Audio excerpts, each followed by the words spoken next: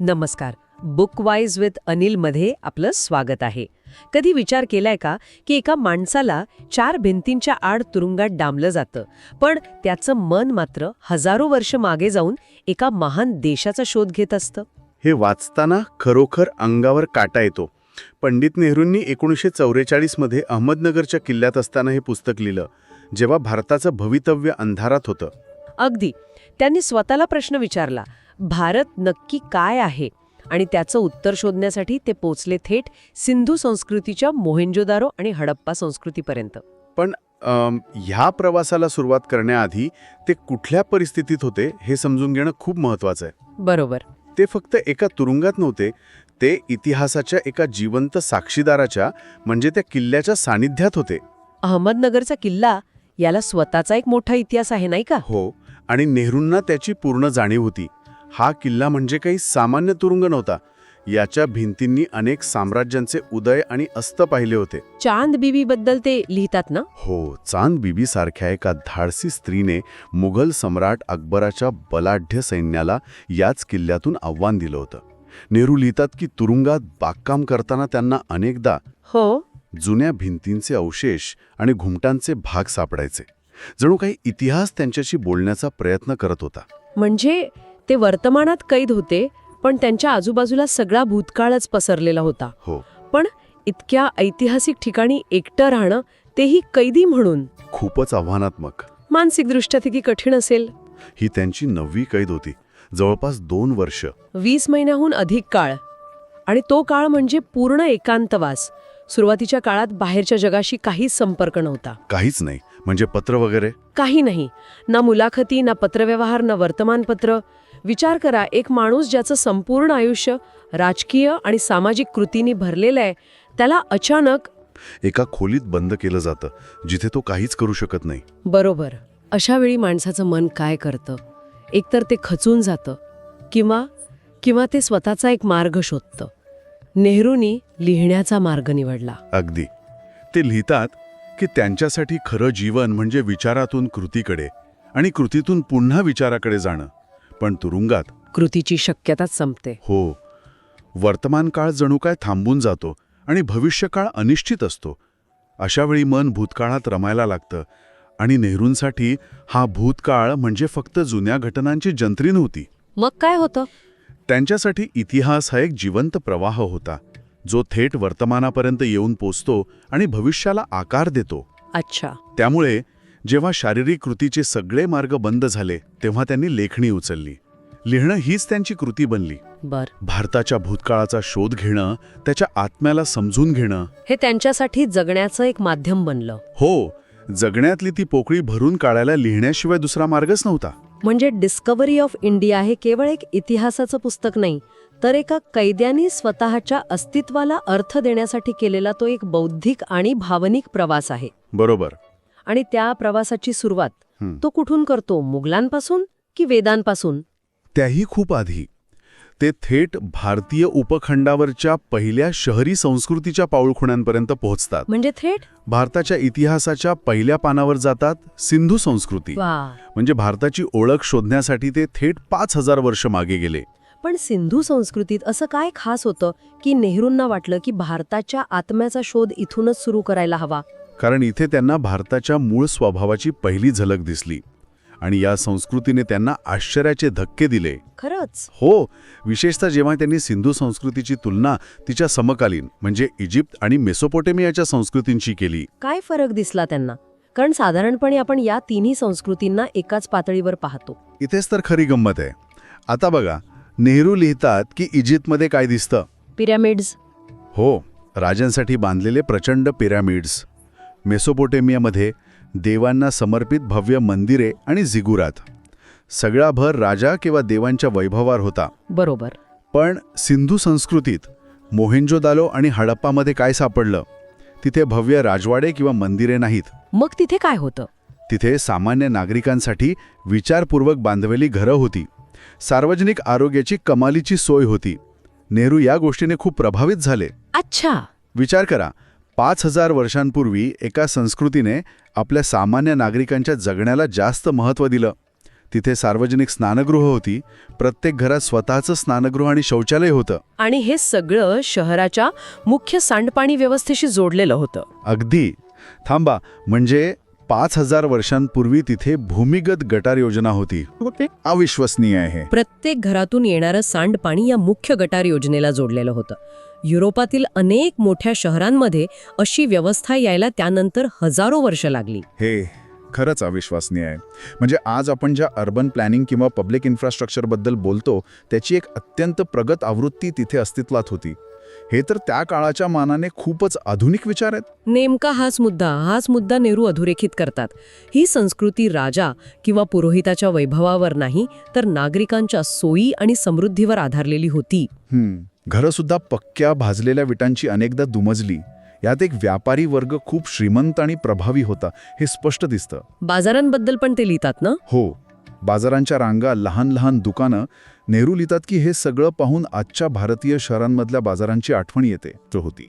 अर्थात मातृदेवतेच्या मूर्ती सापडल्या आहेत. काही धार्मिक प्रतीकही दिसतात. पण धर्म लोकांच्या जीवनावर अधिराज्य गाजवत नव्हता, जसं इजिप्त किंवा मेसोपोटेमियामध्ये दिसतं. त्यांचा भर व्यापारावर आणि सुखी जीवनावर जास्त होता. पण मग एवढी प्रगत, इथी सुनियोजित संस्कृती अचानक नाहीशी कशी झाली? हे एक मोठं गूढ आहे. खरं तर नेहरू यावर काही शक्यता मांडतात. कदाचित सिंधू नदीला वारंवार येणाऱ्या विनाशकारी पुरांमुळे हे घडलं असेल. किंवा हवामानात बदल? हो, किंवा हवामानात झालेल्या बदलांमुळे हळूहळू जमीन नापीक होऊन वाळवंट बनली असेल. कारण काहीही असोत, पण या महान संस्कृतीचा अस्त झाला. आणि त्यानंतर भारताच्या इतिहासात एका नव्या पर्वाला सुरुवात झाली. वायव्येकडून काही नव्या लोकांचं आगमन झालं. आर्य, बरोबर. आणि इथेच भारताच्या ओळखीचा एक नवा अध्याय सुरू होतो. हो, आणि नेहरूंसाठी हा एक निर्णायक क्षण आहे. त्यांच्या मते इथेच भारताच्या इतिहासातील पहिला मोठा सांस्कृतिक संगम किंवा मिलाप झाला. म्हणजे आधीचे लोक आणि हे नवीन आलेले लोक यांच्यात. हो, भारतात आधीपासून राहणारे, जे सिंधू संस्कृतीचे वारसदार होते, ज्यांना अनेकदा द्रविड संस्कृतीचे प्रतिनिधी मानलं जातं, आणि बाहेरून आलेले आर्य, यांच्यात संघर्ष आणि समन्वय दोन्ही झाला. हा मुद्दा खूप महत्वाचा आहे, कारण अनेकदा याकडे फक्त एका गटाने दुसऱ्यावर केलेल्या आक्रमणासारखं पाहिलं जातं. पण नेहरू याकडे एका मोठ्या प्रक्रियेचा भाग म्हणून पाहतात. त्यांच्या मांडणीनुसार या दोन महान संस्कृतींच्या मिलापातूनच भारतीय वंश आणि मूळ भारतीय संस्कृतीचा पाया रचला गेला. अगदी. ही एक संमिश्र संस्कृती होती, जिच्या दोन्ही घटकांची वैशिष्ट्ये होती. हाच भारताचा मूळ स्वभाव आहे असं ते मानतात. म्हणजे भारताची ओळख ही सुरुवातीपासूनच एक हायब्रिड किंवा मिश्र ओळख आहे. ती कधीच एक जिन्सी किंवा एकाच वंशाची नव्हती. अगदी बरोबर. आणि नेहरूंच्या मते हीच भारताची सर्वात मोठी ताकद आहे. आणि गंमत म्हणजे ही प्रक्रिया फक्त आर्य आणि द्रविडांपुरती मर्यादित राहिली नाही. अच्छा. त्यानंतर शतकानुशतके अनेक वंश आले. इराणी आले, ग्रीक आले, शक, कुशाण, हूण आले, तुर्क आले. ते सगळे इथे आले. काहींनी राज्य केलं, इथल्या जीवनावर प्रभाव टाकला, आणि हळूहळू ते याच भूमीत पूर्णपणे मिसळून गेले. म्हणजे भारताने या बाहेरून आलेल्या सगळ्या प्रवाहांना स्वतःमध्ये सामावून घेतलं, त्यांना आपलंसं करून टाकलं. हो, आणि ही सामावून घेण्याची, स्वतःमध्ये इतरांना शोषून घेण्याची क्षमता ती विलक्षण आहे. नेहरू म्हणतात की याच प्रक्रियेमुळे भारताने आपली जीवनशक्ती हजारो वर्ष टिकवून ठेवली आहे. हो की नाही? प्रत्येक नव्या संपर्कातून, प्रत्येक नव्या मिलापातून भारताने काहीतरी नवं घेतलं आणि स्वतःला अधिक समृद्ध केलं, स्वतःला एक नवी संजीवनी दिली. सिंधू संस्कृती तर प्रगत होतीच, पण भारताने जगाला असा एक विचार दिला जो आजही जगासाठी आदर्श आहे. तो विचार म्हणजे विविधतेत एकता. पण हा विचार प्रत्यक्ष कृतीत आणणारे पहिले मोठे साम्राज्य कोणते होते? ते साम्राज्य होतं मौर्य साम्राज्य, आणि त्यामागचा मेंदू होता चाणक्य. चंद्रगुप्त मौर्य आणि सम्राट अशोक, ज्यांनी शस्त्रापेक्षा शास्त्राला आणि शांतीला जास्त महत्त्व दिलं. बरोबर. नेहरूंनी सम्राट अशोकाचं वर्णन जगाच्या इतिहासातील एक तेजस्वी तारा असं केलंय. आज आपण प्राचीन भारताच्या दोन अत्यंत महत्त्वाच्या कालखंडांवर नजर टाकणार आहोत, मौर्य आणि गुप्तकाळ. हो, आणि त्यासाठी आपल्यासमोर जवाहरलाल नेहरूंच्या द डिस्कव्हरी ऑफ इंडिया या ग्रंथातील काही विचार आहेत. पण आजचा उद्देश फक्त तारखा आणि नावांची उजळणी करणं नाहीये, बरोबर? मला वाटतं एक मोठा प्रश्न समजून घ्यायचा आहे. कोणत्या प्रश्न? की एखाद्या युगाला सुवर्णयुग नेमकं कशामुळे म्हटलं जातं? ते फक्त लष्करी सामर्थ्यामुळे ठरतं, की त्यामागे काहीतरी अधिक खोल दडलेलं असतं? खूपच छान प्रश्न आहे. कारण या दोन कालखंडांची कहाणी ही फक्त राजा महाराजांची नाही, तर विचारांच्या विकासाची आणि एका संस्कृतीच्या मूल्यांची आहे. मग चला या शोधाच्या प्रवासाला सुरुवात करूया मौर्य काळापासून. ठीक आहे. मौर्य साम्राज्याची सुरुवातच किती नाट्यमय आहे. म्हणजे बघा, इसवी सन पूर्व 323 मध्ये सिकंदराचा मृत्यू झाला आणि उत्तर भारतात एक मोठी राजकीय पोकळी निर्माण झाली. आणि याच संधीचं सोनं केलं चंद्रगुप्त मौर्य आणि त्यांचे गुरु चाणक्य यांनी. अगदी. त्यांनी फक्त राज्य जिंकलं नाही, तर एक विचार दिला, राष्ट्रवादाचा. परकीय आक्रमणांना देशाबाहेर काढण्यासाठी लोकांना एकत्र आणलं. आणि याच विचाराच्या पायावर पटनाजवळच्या पाटलीपुत्र येथे त्यांनी मौर्य साम्राज्याची स्थापना केली. हो. आणि हे फक्त एक मोठं राज्य नव्हतं, तर भारताच्या इतिहासातील पहिलं विशाल, केंद्रीभूत आणि सुसंघटित राज्य होतं. अफगाणिस्तानपासून बंगालच्या उपसागरापर्यंत पसरलेलं एक अखंड राष्ट्र. आणि या प्रचंड मोठ्या साम्राज्याचा आधारस्तंभ होता चाणक्याचा ग्रंथ अर्थशास्त्र. अनेकदा चाणक्याची तुलना मॅकियावेलीशी केली जाते. दोघेही सत्तेसाठी तठोर उपाय सांगतात. पण मला नेहमी वाटतं की या तुलनेत चाणक्यावर थोडा अन्याय होतो. अर्थशास्त्र वाचल्यावर जाणवतं की तो फक्त एक धूर्त रणनीतिकार नव्हता. तुम्ही अगदी योग्य मुद्दा मांडलाय.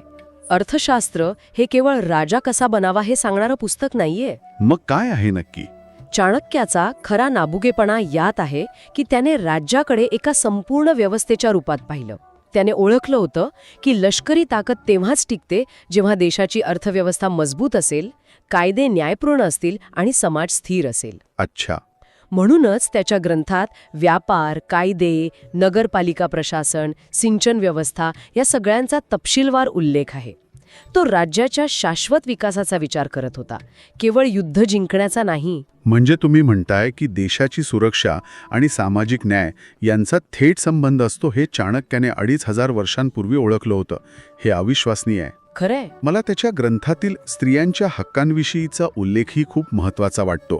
विधवा पुनर्विवाह आणि घटस्फोटाची सोय असणं हे त्या काळात किती पुरोगामी असेल. नक्कीच. इतकंच नाही तर राजा प्रजेचा सेवक आहे, मालक नाही, हा विचार त्याने ठामपणे मांडला.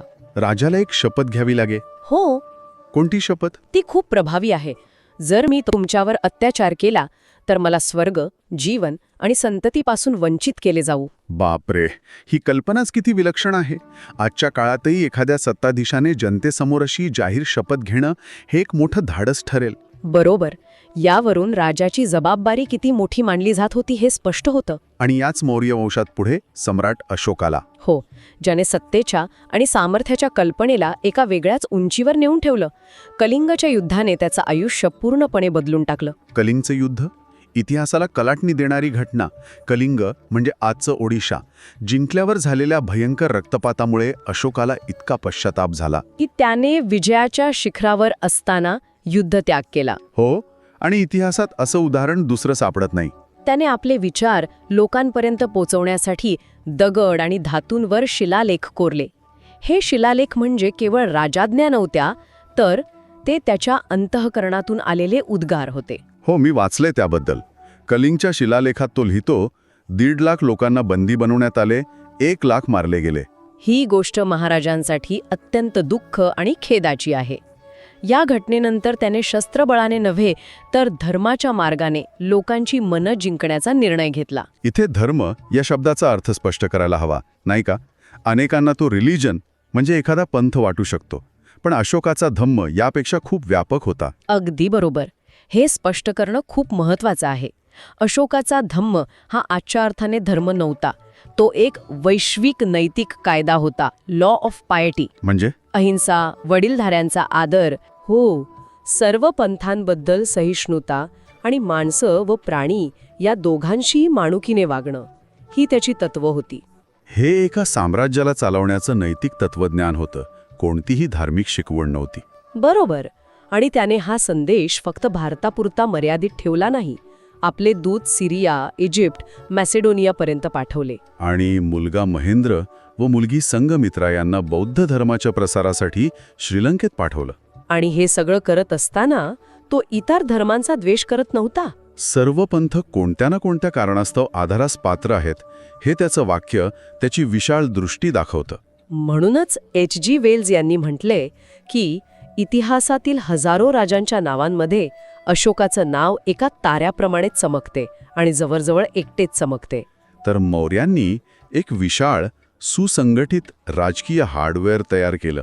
वा, काय सुंदर जोडणी आहे. आणि या देशाचा सांस्कृतिक आणि बौद्धिक सॉफ्टवेअर ज्या काळात खऱ्या अर्थाने विकसित झाला तो होता गुप्तकाळ. आर्थिक सॉफ्टवेअरला बहर आला, म्हणूनच या काळाला सुवर्णकाळ म्हणतात. बरोबर, अभिजात युग सुद्धा म्हणतात. हा काळ राजकीय स्थिरतेसोबतच कला, साहित्य आणि विज्ञानाच्या अभूतपूर्व विकासासाठी ओळखला जातो. आणि या सुवर्णयुगातील सर्वात तेजस्वी नाव म्हणजे महाकवी कालिदास, संस्कृत साहित्यातील सर्वश्रेष्ठ कवी आणि नाटककार. हो, तो उज्जैनमध्ये चंद्रगुप्त द्वितीय विक्रमादित्याच्या दरबारातील नवरत्नांपैकी एक होता असं मानलं जातं. त्याच्या शाकुंतल या नाटकाने तर पश्चिमेला वेड लावला होता, नाही का? हो ना. जेव्हा सर विल्यम जोन्स यांनी त्याचा इंग्रजी अनुवाद केला तेव्हा युरोपमध्ये खळबळ उडाली. गटेसारख्या महान विचारवंतांनी शाकुंतल वाचून त्यावर एक सुंदर कविता लिहिली. पण कालिदास एकटाच नव्हता. गुप्त काळात नाटकांची एक मोठी परंपरा होती असं म्हणतात. हो, आणि ती परंपरा त्या समाजाच्या मानसिकतेबद्दल खूप काही सांगून जाते. म्हणजे हे थोडं अधिक स्पष्ट कराल का? नक्कीच. बघा, एकीकडे कालिदासाचं शाकुंतल सारखं एक भव्य राजेशाही प्रणयनाट्य होतं, पण त्याच काळात शूद्रकाने मृच्छकटिकम म्हणजे मातीची छोटी गाडी नावाचं नाटक लिहिलं. अच्छा. हे एक अत्यंत वास्तववादी शहरी नाटक होतं ज्यात सामान्य माणसं, गणिका, चोर आणि राजकारणी होते. आणि तिसरं उदाहरण म्हणजे विशाखा दत्ताचं मुद्रा राक्षसम. अगदी, जे पूर्णपणे एक राजकीय थ्रिलर होतं आणि त्याचा नायक होता चाणक्य. वाव, ही विविधता दाखवते की तो समाज किती प्रगल्भ होता. म्हणजे राजवाड्यांपासून ते रस्त्यांपर्यंतच्या मानवी कथांमध्ये त्यांना रस होता. बरोबर. फक्त राजाराण्यांच्या कथा नव्हत्या. कालिदासाच्या मेघदूत या काव्याची कल्पनाच किती सुंदर आहे. विरहाने व्याकुळ झालेला प्रियकर पावसाळ्याच्या ढगांमार्फत आपल्या प्रेयसीला संदेश पाठवतो. 1600 वर्षांनंतरही ही भावना तितकीच ताजी वाटते. अगदी. आणि ही सर्जनशीलता फक्त साहित्यापुरती मर्यादित नव्हती. विज्ञानातही मोठी प्रगती झाली होती. हो, विज्ञान आणि तंत्रज्ञानातही गुप्त काळात कमालीची प्रगती झाली होती. याचं एक जिवंत उदाहरण म्हणजे दिल्ली जवळचा लोहस्तंभ. हो, जो अजून गंजलेला नाही. हजारो वर्ष ऊन, पाऊस, वारा झेलूनही तो गंजलेला नाही. हे कसं शक्य झालं याचं कोडं आजही आधुनिक शास्त्रज्ञांना पूर्णपणे उलगडलेलं नाही. आणि वैद्यशास्त्रातही तीच प्रगती दिसते. चरक आणि सुश्रुत यांचे ग्रंथ. हो, ते तर आजही अभ्यासले जातात. सुश्रुताच्या ग्रंथात शवविच्छेदन, सिझेरियन सेक्शन आणि मोतीबिंदूसारख्या शस्त्रक्रियांचे तपशीलवार वर्णन आहे. हे ज्ञान त्या काळात किती प्रगत होतं. पण या सगळ्यांपेक्षाही प्राचीन भारताची जगाला सर्वात मोठी देणगी असेल तर ती आहे गणितशास्त्र. शून्य आणि दशमान पद्धती. मला वाटतं याचं महत्त्व आपण अनेकदा गृहीत धरतो, पण या शोधांनी जगाला बदलून टाकलं. अगदी. शून्य हा फक्त एक अंक नव्हता. गणितामध्ये काही नसण्याला एक संकल्पना म्हणून स्थान देणं ही एक मोठी वैचारिक क्रांती होती. आणि याच शोधाने स्थानिक मूल्य म्हणजे पोझिशनल नोटेशन शक्य झालं, नाही का? बरोबर. आणि तेच आधुनिक अंकगणित आणि संगणकीय प्रणालीचा पाया आहे. या शोधाशिवाय बायनरी कोड, कम्प्युटर आणि आजचं डिजिटल जग शक्यच झालं नसतं. प्रसिद्ध गणितज्ञ लॅप्लासने काहीतरी म्हटले नाही याबद्दल? हो, त्यांनी म्हटलं आहे, ही भारताची देणगी आहे ज्याने आम्हाला 10 चिन्हांद्वारे सर्व संख्या व्यक्त करण्याची कल्पक पद्धत दिली. म्हणजे एका अर्थाने आज आपण वापरत असलेल्या टेक्नॉलॉजीची मुळं कुठेतरी प्राचीन भारतात आहेत. आणि आर्यभट्ट वयाच्या अवघ्या 23व्या वर्षी खगोलशास्त्र आणि गणितावर ग्रंथ लिहिला. पृथ्वी गोल आहे आणि ती स्वतःभोवती फिरते हे त्याने सांगितलं. या सर्व गोष्टींवरून एकच सिद्ध होतं की गुप्तकाळ हा खऱ्या अर्थाने भारताचा सुवर्णकाळ होता. पण या सगळ्या प्रगतीच्या मुळाशी एक गोष्ट होती, ती म्हणजे त्या काळातील वैचारिक सलोखा आणि सहिष्णुता. बरोबर आहे. हा सगळा विकास काही अपघाताने झाला नसेल. यासाठी एक विशिष्ट प्रकारचं पोषक वातावरण लागतं. मला वाटतं मौर्य आणि गुप्त काळात केवळ राज्य मोठी झाली नाहीत, तर विचार मोठे झाले. हेच भारताचं वैशिष्ट्य आहे. या भूमीवर 6 प्रमुख दर्शनशास्त्र एकाच वेळी विकसित झाली. दर्शनशास्त्र म्हणजे जगाकडे पाहण्याचा एक दृष्टिकोन. अगदी. अस्तित्वाच्या, सत्याच्या आणि ज्ञानाच्या मूलभूत प्रश्नांचा शोध घेणाऱ्या या 6 वेगळ्या विचारप्रणाली होत्या. आणि गंमत म्हणजे या सगळ्यांना आस्तिक मानलं जातं, तरीही त्यात खूप विविधता आहे. काहींमध्ये ईश्वर आहे, तर सांख्य दर्शनासारखी काही दर्शने निरीश्वरवादी आहेत. बरोबर. आणि सर्वात अविश्वसनीय गोष्ट ही आहे की ही सगळी दर्शनं एकमेकांवर टीका करत, एकमेकांशी वाद घालत आणि एकमेकांकडून शिकत विकसित झाली. हे एक असं बौद्धिक पर्यावरण होतं जिथे विचार स्वातंत्र्याला सर्वोच्च स्थान होतं. अगदी. आणि याच सहिष्णुतेमुळे बौद्ध धर्मासारखा एक मोठा धर्म जो एकेकाळी संपूर्ण भारतात पसरला होता, तो हिंदू धर्मात विलीन झाला. याबद्दल फ्रेंच विचारवंत आंद्रे मालरोनीन प्रश्न विचारला होता ना? हो, की कोणत्याही मोठ्या संघर्षाशिवाय हिंदू धर्माने बौद्ध धर्माला भारतातून कसे दूर केले आणि स्वतःमध्ये कसे सामावून घेतले? याचं उत्तर काय आहे? याचं उत्तर दूर केले असं नाही, तर सामावून घेतले असं आहे. हा कोणताही हिंसाचार किंवा संघर्ष नव्हता, तर एक नैसर्गिक आणि हळूहळू घडणारी प्रक्रिया होती. म्हणजे दोन्ही धर्मांनी एकमेकांवर प्रभाव टाकला. हो, बौद्ध धर्माचा महायान पंथ हा ब्राह्मण धर्माच्या खूप जवळ आला, तर ब्राह्मणवाद्यांनी बुद्धाला विष्णूचा अवतार मानून त्याला आपल्या देवदेवतांमध्ये स्थान दिलं. आणि शंकराचार्यांनी जे मठ स्थापन केले, ती संकल्पना सुद्धा बौद्ध संघाच्या प्रथेवरूनच घेतली होती. हा एक वैचारिक आणि सांस्कृतिक संगम होता. आणि ही सहिष्णुता फक्त बौद्ध धर्मापुरती मर्यादित नव्हती. प्राचीन भारतात ख्रिश्चन, ज्यू आणि पारशी धर्माचे लोकही आले आणि ते या देशाचा एक अविभाज्य भाग बनले. आणि सर्वात महत्त्वाची गोष्ट म्हणजे इस्लाम. इस्लाम एक राजकीय शक्ती म्हणून भारतात येण्यापूर्वी कित्येक शतकाआधी एक धर्म म्हणून आला होता. मुस्लिम धर्मप्रचारकांचं इथे स्वागत केले गेले आणि त्यांना मशिदी बांधण्यास कोणतीही आडखाटी आली नाही. हे भारताच्या सहिष्णू परंपरेचं आणि सर्वसमावेशकतेचं एक मोठं उदाहरण आहे. तर या सगळ्या चर्चेतून एक गोष्ट स्पष्ट होतीये. मौर्य आणि गुप्त काळातील भारताची खरी ताकद केवळ लष्करी सामर्थ्यात किंवा आर्थिक समृद्धीत नव्हती, तर ती ज्ञानाची उपासना, कलेचा आदर आणि विविध विचारांना सामावून घेण्याच्या क्षमतेत होती. अगदी. विचारांचं स्वातंत्र्य आणि वेगवेगळ्या संस्कृतींचा स्वीकार करण्याची तयारी, याच पायावर भारताची प्राचीन संस्कृती उभी होती आणि तिची ओळख बनली होती. भारत तेव्हा जगाचं ज्ञानाचं केंद्र होतं. पण काळ बदलला. उत्तरेकडून आक्रमणांचे वारे वाहू लागले आणि भारताच्या भूमीवर एका नवीन संस्कृतीचा प्रवेश झाला. ती संस्कृती आणि भारताचा संगम कसा झाला ते रहस्य दडलंय इंडो इस्लामिक संस्कृतीच्या संगमात. म्हणजे आक्रमक म्हणून आलेले लोक इथलेच झाले. हा बदल नेहरूंनी पुस्तकात कसा मांडलाय? नेहरूंनी याला सांस्कृतिक पचनशक्ती म्हणलंय. भारताने बाहेरून आलेल्या गोष्टींना स्वतःमध्ये सामावून घेतलं आणि एक नवीन रूप दिलं. बरोबर. पण इथेच एक मोठा विरोधाभास जन्माला येतो नाही का? म्हणजे एकीकडे ताजमहालसारखी अद्भुत कलाकृती घडवणारी संस्कृती आणि दुसरीकडे त्याच वेळी आपण वैज्ञानिक दृष्टिकोनातून मागे पडतो. हाच तो विरोधाभास आहे ज्याचं उत्तर शोधणं महत्वाचं आहे. आणि नेहरूंच्या नजरेतून तर ते अधिकच रंजक ठरतं. मग आजच्या चर्चेचा आपला प्रवास कसा असेल? आपण याच प्रवासावर लक्ष केंद्रित करणार आहोत. सुरुवातीला आपण पाहूया की हे सुलतान आणि मुघल शासक यांनी स्वतःला भारतीय बनवण्याची प्रक्रिया कशी सुरू केली. अच्छा. त्यानंतर या मिश्र संस्कृतीचं प्रतिबिंब कलेत आणि विशेषतः मुघल वास्तूंमध्ये कसं दिसतं ते समजून घेऊ. आणि मग तो सर्वात महत्त्वाचा प्रश्न. हो, आणि शेवटी आपण त्या सर्वात महत्त्वाच्या प्रश्नाकडे वळू की कलात्मक शिखरावर असतानाही भारत वैज्ञानिक आणि तांत्रिक प्रगतीत मागे का पडला. ही सांस्कृतिक पचनशक्ती ही कल्पनाच खूप इंटरेस्टिंग आहे. तर मग याची सुरुवात कुठून झाली? म्हणजे नेहरूंना असं का वाटतं की या काळाला थेट इस्लामिक काळ म्हणणं बरोबर नाही? हा खूप महत्त्वाचा मुद्दा आहे. कारण नेहरू याला इस्लामिक काळ म्हणत नाहीत, ते याला इंडो अफगाण काळ म्हणतात. इंडो अफगाण? हो, आणि यामागे एक ठोस कारण आहे. त्यांच्या मते अफगाण हे भारतासाठी पूर्णपणे अनोळखी किंवा परकीय नव्हते. ते इंडो आर्यन वंशाचीच होते. अच्छा. आणि त्यांची जी पश्तो भाषा आहे ती मुळात संस्कृतमधूनच विकसित झाली होती. त्यामुळे भाषिक आणि वांशिकदृष्ट्या एक जुनं नातं होतंच. म्हणजे ते पूर्णपणे परकीय नव्हतेच, तर एक प्रकारे आपलेच दूरचे भाऊ होते म्हणायला हरकत नाही. या दृष्टिकोनातून पाहिल्यावर इतिहासाकडे बघण्याचा अँगल्स बदलतो. अगदी. पण मग सुरुवातीला तर त्यांची आक्रमणं खूप क्रूर होती ना? हो, सुरुवातीचा काळ विध्वंसाचा आणि क्रूरतेचा होता हे नेहरू मान्य करतात. पण खरा बदल तेव्हा झाला जेव्हा या शासकांनी भारतालाच आपलं घर मानलं. ते परत गेले नाहीत. ते आले, त्यांनी राज्य जिंकलं, पण त्यांच्या पुढच्या पिढ्या इथेच जन्माल्या, इथेच वाढल्या. त्यांच्यासाठी भारत हीच त्यांची मातृभूमी होती.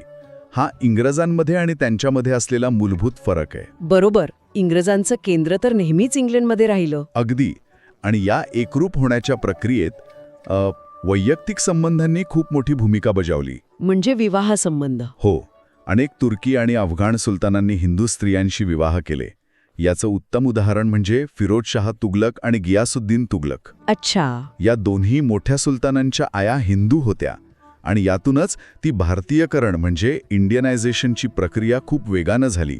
ही फक्त राजकीय सोय नव्हती, तर दोन संस्कृतींना जोडणारा एक कौटुंबिक पूल होता. अगदी बरोबर. मग या सगळ्याचा परिणाम दरबाराच्या कामकाजावर आणि सामान्य लोकांच्या जीवनावर कसा झाला, विशेषतः भाषेवर? खूप खोलवर परिणाम झाला. फारशी ही दरबारी भाषा बनली, पण ती फक्त दरबारापुरती राहिली नाही. तिचे हजारो शब्द मराठी, हिंदी, गुजराती अशा अनेक भारतीय भाषांमध्ये सहजपणे मिसळून गेले. हो, आपल्या बोलण्यात आजही कितीतरी फारशी शब्द आहेत. इतकंच नाही तर दक्षिणेकडील द्रविडी भाषांवरही फारशीचा प्रभाव दिसतो. आणि याच काळात एक नवीन मिश्र संस्कृती आकार घेत होती. आणि तिचं सर्वोत्तम प्रतीक म्हणजे अमीर खुसरो. अमीर खुसरो. हो, एक तुर्क, पण भारताच्या इतिहासातील एक मोठं नाव. बरोबर. तो जन्माने तुर्क होता, पण त्याचा आत्मा पूर्णपणे भारतीय होता. तो फारशीचा महान विद्वान होता, पण त्याच वेळी त्याला संस्कृतचंही उत्तम ज्ञान होतं. वा. तो एक उत्कृष्ट संगीतकार होता.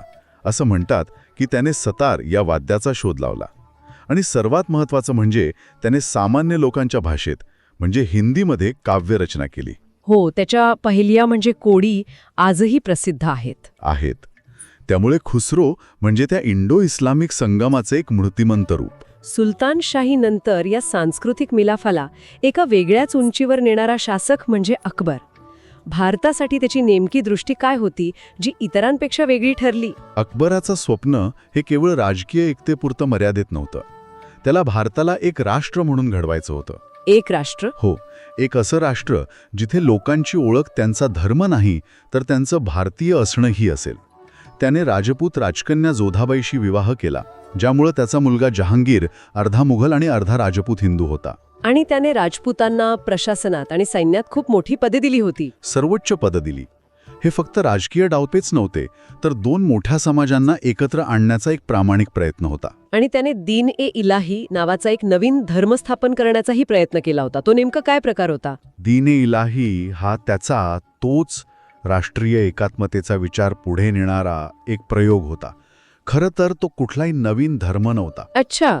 तो सर्व धर्मांतील चांगल्या तत्वांना एकत्र आणून एक नैतिक विचार प्रणाली तयार करण्याचा प्रयत्न होता. त्याचा दरबार सर्व धर्मांच्या विद्वानांसाठी, कलाकारांसाठी, विचारवंतांसाठी खुला होता. तो तासनतास त्यांच्याशी चर्चा करत असे. म्हणजे नेहरूंच्या मते अकबर हा पहिला शासक होता ज्याने भारताच्या आत्म्याला ओळखलं. अगदी. आणि स्वतःला पूर्णपणे त्यात विलीन करून टाकलं. पण हे ऐकायला जितकं छान वाटतं तितकं प्रत्यक्षात होतं का? म्हणजे सामान्य लोकांमध्ये किंवा कट्टरपंथी गटांमध्ये या एकरूपतेला विरोध झाला नसेल का? झाला होता. नेहरू यावरही भाष्य करतात. हा बदल पूर्णपणे सोपा आणि सरळ नव्हता. दोन्ही बाजूंच्या कट्टरपंथ्यांकडून याला विरोध होत होता. म्हणजे मुस्लिम उलेमा आणि राजपूत सरदार दोन्हीकडून. हो. काही मुस्लिम उलेमा अकबराच्या धोरणांवर नाराज होते, तर काही राजपूत सरदार मुघलांशी जुळवून घेण्याच्या विरोधात होते. पण अकबराचं नेतृत्व आणि त्याची दृष्टी इतकी मोठी होती की त्याने या विरोधावर मात केली आणि एका मजबूत सहिष्णू साम्राज्याचा पाया रचला. बरोबर. या राजकीय आणि सामाजिक एकरूपतेचं प्रतिबिंब मग त्या काळातल्या कलेत आणि इमारतीमध्ये तर नक्कीच दिसत असणार. अगदी स्पष्टपणे दिसतं. किंबहुना त्या काळातील वास्तुकला ही त्या सांस्कृतिक संगमाची सर्वात मोठी साक्षीदार आहे. हो. भारतात एक पूर्णपणे नवीन स्थापत्यशैली जन्माला आली, ज्याला आपण इंडो मुघल शैली म्हणतो. ही शैली म्हणजे भारतीय कला आणि पर्शियन म्हणजे इराणी स्थापत्यशास्त्राचं एक अद्भुत मिश्रण होतं. या मिश्रणात नेमकं काय होतं? म्हणजे भारतीय काय आणि पर्शियन काय? सोप्या भाषेत सांगायचं तर पर्शियन शैलीतून भव्य घुमट, उंच मिनार आणि नाजूक जाळ्यांची कला आली. अच्छा. तर भारतीय शैलीतून सुंदर नक्षीकाम केलेले स्तंभ, छत्रीसारखी रचना आणि इमारतीमधील ती भव्यता आली. आग्रा आणि दिल्लीमध्ये ज्या सुंदर इमारती उभ्या राहिल्या त्या या दोन शैलींच्या मिळनाचं प्रतीक आहेत. अकबराने तर फतेहपूर सिक्रीमध्ये एक नवीन शहरच वसवण्याचा प्रयत्न केला होता ना? हो. आणि त्यासाठी त्याने कॉन्स्टँटिनोपल आजचं इस्तंबूल, बरोबर. आजचं इस्तंबूल, तिथून प्रसिद्ध वास्तुविशारदांना बोलावलं होतं. आणि या इंडो मुघल शैलीचा सर्वोच्च बिंदू म्हणजे ताजमहल. नेहरू त्याच्याबद्दल काय म्हणतात? मला वाटतं त्यांनी एका फ्रेंच विद्वानाचं मत उद्धृत केलं आहे. हो, नेहरूंनी फ्रेंच विद्वान एम ग्रुसेट यांचं एक अतिशय समर्पक वाक्य घेतलं आहे. ते म्हणतात, काय? ताजमहल म्हणजे इराणचा आत्मा जो भारताच्या शरीरात अवतरला आहे. इराणचा आत्मा भारताच्या शरीरात. वा, हे वाक्य फक्त ताजमहलचं नाही तर त्या संपूर्ण युगाचं वर्णन करतंय असं वाटतंय. अगदी. या एका वाक्यात त्या मिश्र संस्कृतीचं सार आहे. ताजमहालची मूळ रचना, त्याचा तो मध्यवर्ती घुमट, हे पर्शियन स्थापत्यशास्त्रातून प्रेरित आहे. पण त्यावरील संगमरवरी दगडातील कोरीव काम, फुलं पानांची नक्षी, हे पूर्णपणे भारतीय कलाकारांच्या हाताचं कौशल्य आहे. म्हणूनच ताजमहाल परकीय वाटत नाही, तो पूर्णपणे भारतीय वाटतो. खरंय, शहाजहानच्या काळात बांधलेला ताजमहाल, मोती मशीद, दिल्लीची जामा मशीद आणि लाल किल्ल्यातील दिवाने आम व दिवाने खास या वास्तू म्हणजे मुघल वैभवाचा आणि या मिश्रकलेचा कळस आहे.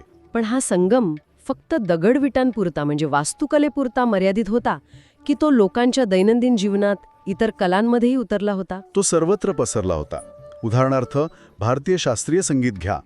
मुस्लिम दरबारांनी भारतीय संगीताला प्रचंड प्रोत्साहन दिलं. अच्छा. संगीतातील अनेक महान उस्ताद मुस्लिम होते, ज्यांनी भारतीय रागांना एका नव्या उंचीवर नेऊन ठेवलं. ख्याल गायकीसारखे प्रकार याच काळात विकसित झाले. आणि चित्रकलेचं काय? चित्रकलेत मुघल मिनिएचर पेंटिंग नावाची एक नवीन शैली उदयास आली. या लहान चित्रांमध्ये पर्शियन चित्रकलेची बारीकसारीक नजाकत होती आणि भारतीय चित्रकलेतील रंगसंगती आणि निसर्ग चित्रण होतं. म्हणजे दरबारातील दृश्य, शिकारीची चित्र. हो, त्यातून आपल्याला त्या काळातील जीवनशैलीची झलक दिसते. इतकंच नाही तर लोकांचे पोशाख, खाण्यापिण्याच्या पद्धती, अगदी दरबारातील शिष्टाचार, या सगळ्यावर त्या मिश्र संस्कृतीचा खोलवर परिणाम झाला होता. आता आपण आपल्या सुरुवातीच्या प्रश्नाकडे येऊया. एकीकडे कलेचा आणि संस्कृतीचा इतका मोठा सुवर्णकाळ, पण दुसरीकडे भारत वैज्ञानिक दृष्टिकोनातून मागे का पडत होता? हे दोन्ही एकाच वेळी कसं शक्य आहे? हाच तो विरोधाभास आहे ज्यावर नेहरू बोट ठेवतात. ते भारत आणि युरोप यांच्यातील एका मोठ्या फरकाकडे लक्ष वेधतात. कुठल्या? ज्या 16व्या शतकात अकबर भारतात एक एकसंधानी सहिष्णू राष्ट्र निर्माण करत होता, त्याच शतकात युरोपमध्ये डायनॅमिक्स म्हणजे गतिशास्त्राचा जन्म होत होता. अच्छा. तिथे गॅलिलिओ, केपलर सारखे शास्त्रज्ञ विश्वाचे नियम शोधत होते. एक मोठी वैज्ञानिक क्रांती आकार घेत होती. म्हणजे युरोप निसर्गाच्या शक्तींचा अभ्यास करून त्या वापरायला शिकत होता आणि आपण कलेमध्ये रमून गेलो होतो. नेहरूंच्या शब्दात सांगायचं तर युरोप डायनॅमिक म्हणजे गतिशील बनला होता, तर आशिया, ज्यात भारतही होता, तो स्थिर आणि सुस्त राहिला. आपण जुन्याच पारंपरिक मार्गांवर अवलंबून राहिलो. अगदी. आपल्याकडे कौशल्य होतं, पण वैज्ञानिक दृष्टिकोन नव्हता. पण हे खूप आश्चर्यकारक आहे. अकबरासारखा जिज्ञासू सम्राट, ज्याला धर्माबद्दल, कलेबद्दल इतकी उत्सुकता होती, त्याचं लक्ष या नवीन वैज्ञानिक बदलांकडे का गेलं नाही? हीच तर खरी विसंगती आहे. अकबराची जिज्ञासा अनेक ठिकाणी थांबलेली दिसते. नेहरू काही ठोस उदाहरणं देतात. जसं की? पहिलं म्हणजे समुद्री शक्ती. पोर्तुगीज त्यांच्या लहान जहाजांच्या जोरावर समुद्रावर राज्य करत होते, पण अकबरासारख्या महाशक्तिशाली सम्राटाने स्वतःचं नौदल उभारण्याकडे पूर्णपणे दुर्लक्ष केलं. तो जमिनीवरचा राजा होता. समुद्रावर त्याचं नियंत्रण शून्य होतं. त्याला दिसलंच नाही की भविष्यातील धोका जमिनीवरून नाही तर समुद्रावरून येणार आहे. आणि तंत्रज्ञानाबद्दल काय? तंत्रज्ञानाच्या बाबतीतही तेच झालं. तोफा आणि बंदुका बनवण्यासाठी तो तुर्की तज्ज्ञांवर अवलंबून होता, पण त्याने कधीही आपल्या लोकांना हे तंत्रज्ञान शिकण्यासाठी परदेशात पाठवलं नाही. किंवा ते इथेच विकसित करण्याचा प्रयत्न केला नाही केला. सगळ्यात मोठं उदाहरण म्हणजे छपाई. हो, जेसुइट्सनी त्याला छापलेलं बायबल भेट दिलं होतं. बरोबर. त्याने ते पुस्तक पाहिलं, त्याला ते आवडलेही असेल, पण ते छापलं कसं जातं या तंत्रज्ञानाबद्दल जाणून घेण्याची उत्सुकता त्याने अजिबात दाखवली नाही. खरंच. हो, युरोपातून आलेली घड्याळं मुघल दरबारात खूप लोकप्रिय होती. एक खेळण्यासारखी वस्तू होती ती, पण ती भारतात बनवण्याचा साधा प्रयत्नही झाला नाही. नेहरू या वृत्तीला यांत्रिक प्रवृत्तीचा अभाव म्हणतात. Lack of mechanical bent. हो. म्हणजे यंत्र कशी काम करतात हे समजून घेण्याची आवडच नव्हती. हो, ही नैसर्गिक आवडच आपल्या समाजात कुठेतरी कमी पडली. मग या वैचारिक आणि तांत्रिक मरगळीची मूळ कारणं काय होती? आपण अचानक इतके आत्मसंतुष्ट का झालो? याचं उत्तर नेहरू भारताच्या आतच शोधतात. ते म्हणतात की कोणतीही संस्कृती बाह्य हल्ल्यांपेक्षा अंतर्गत अपयशामुळे अधिक नष्ट होते. In a failure. हो, त्यांच्या मते भारतीय समाज आणि संस्कृती खूप जुनी आणि थकलेली झाली होती. एक प्रकारची मानसिक मरगळ आली होती. हजारो वर्षांच्या परंपरेच्या ओझ्याखाली आपण दबून गेलो होतो. म्हणजे जातीव्यवस्थेसारख्या गोष्टींनी समाजाला इतकं जखडून ठेवलं होतं की नवीन विचारांना वावच नव्हता. अगदी बरोबर. सामाजिक रचना इतक्या कठोर आणि बंदिस्त झाल्या होत्या की त्या प्रगतीसाठी अडथळा बनल्या. ज्ञान आणि कौशल्य काही विशिष्ट गटांपुरतेच मर्यादित राहिले. आणि हाताने काम करण्याला कमी लेखलं जाऊ लागलं. बरोबर. त्यामुळे विचार करणारे आणि काम करणारे यांच्यात एक मोठी दरी निर्माण झाली. याचा परिणाम असा झाला की अकबरानंतर बदलाचं आणि बौद्धिक साहसाचं जे वारं वाहत होतं ते पूर्णपणे थांबलं. आणि जग पुढे निघून गेलं. नेहरू लिहितात, भारताने आपलं स्थिर आणि न बदलणारं जीवन पुन्हा सुरू केलं. जग वेगाने पुढे जात होतं, पण भारत भूतकाळातच रमून राहिला. सांस्कृतिकदृष्ट्या आपण समृद्ध होतो, पण तांत्रिकदृष्ट्या आपण मागे पडलो. आणि याच संधीचा फायदा घेतला समुद्रमार्गे आलेल्या एका परकीय शक्तीने, ज्यांनी व्यापार करायला येऊन थेट राज्यच केलं. ती शक्ती होती ब्रिटिश ईस्ट इंडिया कंपनी. व्यापारासाठी आलेले लोक देशाचे मालक कसे बनले आणि भारताच्या उद्योगांचं काय झालं? हे भारताच्या इतिहासातील कदाचित सर्वात वेदनादायी प्रकरणांपैकी एक आहे. नेहरूंनी खूप सविस्तर लिहिलंय की कसं भारतीय कापड उद्योग आणि कारागिरी पद्धतशीरपणे नष्ट केली गेली. तर आज आपण याच विषयावर खोलात जाऊन बोलणार आहोत. व्यापाराच्या नावाखाली आलेल्या एका कंपनीने भारताच्या आर्थिक आणि सामाजिक रचनेला कसा सुरुंग लावला, ही कहाणी आहे. हो, आणि ही चर्चा केवळ लूटमार किंवा पैशाची नाहीये. ही एका जुन्या, विकसित आणि स्वयंपूर्ण अर्थव्यवस्थेला पद्धतशीरपणे मोडून काढण्याची प्रक्रिया आहे. ज्याचे परिणाम आजही दिसतात असं म्हणता येईल का? अगदी. त्याचे परिणाम इतके खोलवर झाले की ते आजही आपल्या समाजावर आणि अर्थव्यवस्थेवर स्पष्टपणे दिसतात. चला तर मग सुरुवात करूया. ही सगळी प्रक्रिया ही नेमकी सुरू कुठून झाली? याची सुरुवात झाली बंगालमधून. म्हणजे 1757 मध्ये प्लासीची लढाई जिंकल्यानंतर ईस्ट इंडिया कंपनीला बंगालमध्ये एक प्रकारे मोकळं रान मिळालं. अच्छा. नेहरूंच्या शब्दांत सांगायचं झालं तर बंगालला अक्षरशः रक्तबंबाळ करण्यात आलं. रॉबर्ट क्लाइव्ह आणि त्याचे सहकारी यांनी बंगालची संपत्ती ओरबाडून काढली. उरबाडून काढली म्हणजे नेमकं काय? म्हणजे कर वाढवले की अजून काय वेगळं होतं? दोन्ही. कर तर होतेच, पण त्या पलीकडे जाऊन ही थेट लूट होती. कंपनीचे अधिकारी स्वतःचा खाजगी व्यापार करत होते, स्थानिक व्यापाऱ्यांना देशोधडीला लावत होते आणि बंगालच्या नवाबाकडून खंडणीच्या स्वरूपात प्रचंड पैसा उकळत होते. म्हणजे ही एक प्रकारची संघटित लूट होती, ज्याला प्रशासनाचा मुखवटा होता. अगदी बरोबर. आणि ही संपत्ती जहाजांमध्ये भरून थेट लंडनला पाठवली जात होती. आणि या संपत्तीचा आकडा किती मोठा असेल याची आपण कल्पनाही नाही करू शकत. पण इथेच एक अत्यंत धक्कादायक मुद्दा नेहरू मांडतात. ते म्हणतात की या लुटीचे परिणाम केवळ भारतापुरते मर्यादित नव्हते. बरोबर. आणि इथेच या कथेला एक जागतिक परिमाण मिळतं. नेहरू अमेरिकन इतिहासकार ब्रूक ॲडम्स यांचा हवाला देतात. ॲडम्स यांचं विश्लेषण असं आहे की प्लासीच्या लढाईनंतर बंगालमधून जो अफाट खजिना लंडनला पोहोचला, हो, त्यानेच इंग्लंडच्या औद्योगिक क्रांतीला थेट चालना दिली. एक मिनिट, हे खूप मोठं विधान आहे. म्हणजे आपण शाळेत जे शिकतो की जेम्स वॅटने स्टीम इंजिनचा शोध लावला आणि त्यातून औद्योगिक क्रांती झाली, ते अर्धसत्य आहे. अर्धसत्य म्हणता येईल. नेहरू हेच अधोरेखित करतात. ते लिहितात की 1770 नंतर अचानक स्पिनिंग जेनी, स्टीम इंजिन यांसारख्या मोठ्या शोधांना गती मिळाली. हो, बरोबर. आता कोणताही मोठा शोध लावण्यासाठी किंवा त्याचा कारखाना काढण्यासाठी मोठ्या भांडवलाची गरज असते. ॲडम्स यांच्या मते हे भांडवल इंग्लंडकडे अचानक कुठून आलं? बंगालमधून वाहून नेलेल्या संपत्तीतून. तंतोतंत. एका देशाची प्रगती दुसऱ्या देशाच्या शोषणावर आणि विनाशावर आधारलेली होती, हा तो मुद्दा आहे. अविश्वसनीय. म्हणजे एका बाजूला इंग्लंडमध्ये कारखान्यांची धुरांडी धूर ओकत होती आणि दुसऱ्या बाजूला भारतात लोकांची घरं विझत होती. हो. पण मग याचा भारतावर नेमका काय परिणाम झाला? एकेकाळी भारत कापडाचा एक प्रमुख उत्पादक देश होता ना? हो, आणि निर्यातदार देश होता. युरोपात भारतीय कापडाला प्रचंड मागणी होती. मग त्याचं काय झालं? हाच तर यातला सर्वात मोठा विरोधाभास आहे. ईस्ट इंडिया कंपनीचा सुरुवातीचा व्यवसाय हाच होता, भारतीय माल युरोपात विकणे आणि नफा कमावणे. पण इंग्लंडमध्ये औद्योगिक क्रांती झाल्यावर चित्र पूर्णपणे पालटलं. धोरण 80 अंशांनी फिरलं. म्हणजे नेमका काय झालं? आता इंग्लंडच्या कारखान्यांना बाजारपेठ हवी होती, त्यामुळे त्यांनी एक दुहेरी धोरण अवलंबलं. एकीकडे इंग्लंडमध्ये येणाऱ्या भारतीय मालावर प्रचंड कर लावले, अच्छा. काही वस्तूंवर तर पूर्ण बंदीच घातली, आणि दुसरीकडे इंग्लंडमध्ये मशीनवर तयार झालेल्या स्वस्त मालासाठी भारताची बाजारपेठ अक्षरशः सताड उघडी केली. त्यावर जवळजवळ काहीच कर नव्हता. म्हणजे आपल्याच देशात आपला माल विकणं महाग झालं आणि परदेशी माल स्वस्त. इतकंच नाही, देशांतर्गत व्यापारावरही असे कर लादले की भारतीय वस्तू एका गावातून दुसऱ्या गावात नेणंही महाग झालं. या धोरणामुळे भारताचा जगप्रसिद्ध कापड उद्योग आणि इतर हस्तकला पूर्णपणे उद्ध्वस्त झाल्या.